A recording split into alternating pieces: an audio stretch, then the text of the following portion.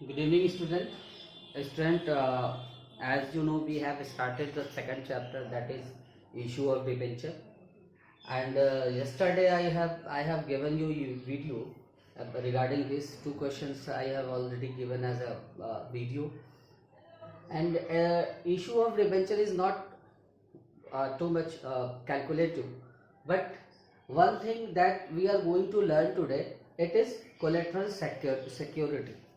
And first of all, I would like to say you what is collateral security.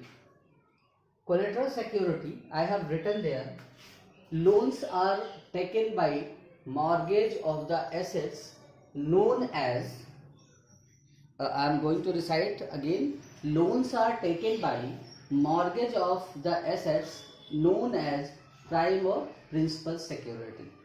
यहाँ तक मैंने पढ़ा। पहले इसका मतलब समझिए, जब भी आप किसी बैंक से लोन लेते हैं तो उसके बदले में कोई मॉर्गेज मीन्स सिक्योरिटी के रूप में गिरवी रखते हैं उसके पास। आप बैंक से लोन लेने जा रहे हैं तो अपने घर का कागज रख देते हैं, खेत की ज़मीन रख देते हैं, कोई एसेट्स रख देते हैं, ठीक है। तो वो होता है प्राइम या principal security. Security given in addition to the prime और principal security known as collateral security. अगर प्राइम और प्रिंसिपल सिक्योरिटी के अलावा कोई सिक्योरिटी दी जाती है उसको बोलते हैं कोलेटरल सिक्योरिटी। अब इशू ऑफ डिवेंचर में हम कोलेटरल सिक्योरिटी को कैसे देखते हैं, देखिए।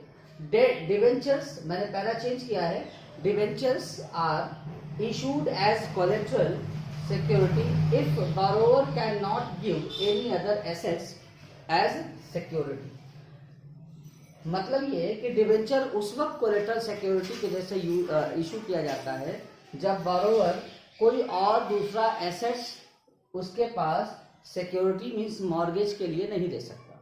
मतलब जब मैंने बैंक से लोन लिया, मेरे पास कुछ भी नहीं है देने के लिए एसेट्स के रूप में, तो मैं डिवेंचर को बैंक को गिरवी रख सकता हूँ, इसी को बोलते हैं कोलेटरल सिक्योरिटी। और इसके एंट्री ट्रीटमेंट में स्टूडेंट मैं दो बातें बता दूं आपको कि दो तरीके से इसका एंट्री ट्रीटमेंट होता है। एक तो ये कि इसकी पहला मेथड जो कहता है entry for issue of debenture as collateral security is not passed, it is disclose under the head of secured loans ना। देखिए पहला मेथड कहता है कि इसकी एंट्री ही नहीं पास हो सकती।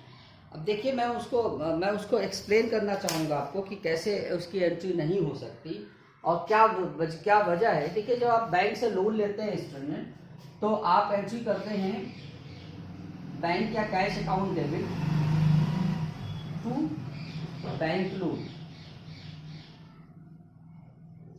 ठीक है स्टूडेंट। आप ये करते हैं bank account debit to bank loan. Bank loan खुद में एक लायबिलिटी है, ठीक है। जब आप बैंक से लोन लेते हैं, मैंने बताया कि entry for issue of debenture as collateral security is not passed, it is disclosed under the head of secured loans.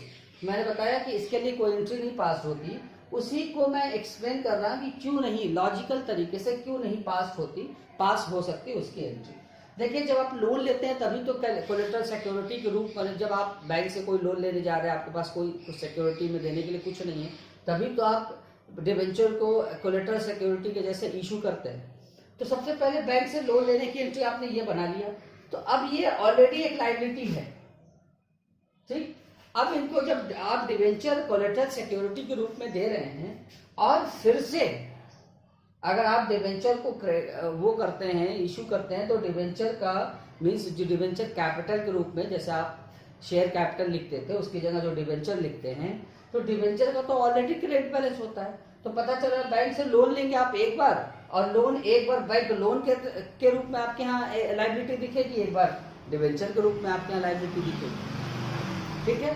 तो बैंक से लोन ले लिया गया, अब उसके बदले में जब आप डिवेंचर इशू करते हैं तो आप कोई एंट्री नहीं पास करते, ठीक है स्टूडेंट। इसीलिए दोबारा एंट्री अगर इशू करेंगे हम तो एक बात ये हो जाएगी कि एक ही बार पैसा लेंगे और दो बार की लायबिलिटी को हम बियर करना पड़ेगा। दूसरा जो मेथड कहता है वो मेथड कहता है कि एक एंट्री पास कर सकते हैं आप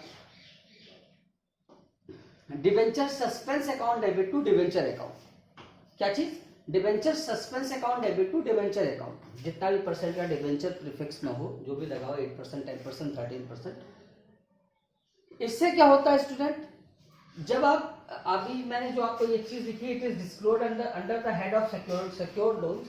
जब आप बैलेंस शीट में अपना सिक्योर्ड लोन से दिखाते हैं, मतलब जब आप डिवेंचर दिखाएंगे, मतलब एक तो बैंक दिखेगा, बैंक लोन भी दिखेगा, बैंक लोन तो दिखेगा ही दिखेगा जब बैलेंस शीट बनाएंगे तो, और जब एंट्री पास करेंगे तो डिवेंचर भी दिखेगा।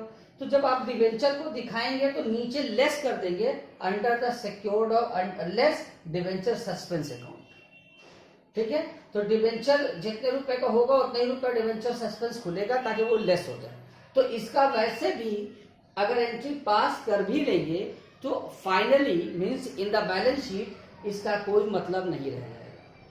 वैसे भी जब बैलेंस शीट आप प्रिपेयर करेंगे, मैं नेक्स्ट के क्वेश्चन में आपको बताऊंगा, जब आप बैलेंस शीट प्रिपेयर करेंगे और आपने ये एंट्री पास किया हुआ है तो डिवेंचर को जब भी दिखाएंगे उसमें से लिख देंगे डिवेंचर सस्पेंस अकाउंट, ठीक है।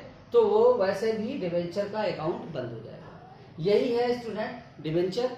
अब एक प्रैक्टिकल प्रॉब्लम के लिए 1-2 क्वेश्चन मैं बताता हूँ, और अगर आपको उम्मीद करता हूँ कि आपको ये वीडियो समझ में आ गई होगी। बहुत आसान है, छोटा सा है,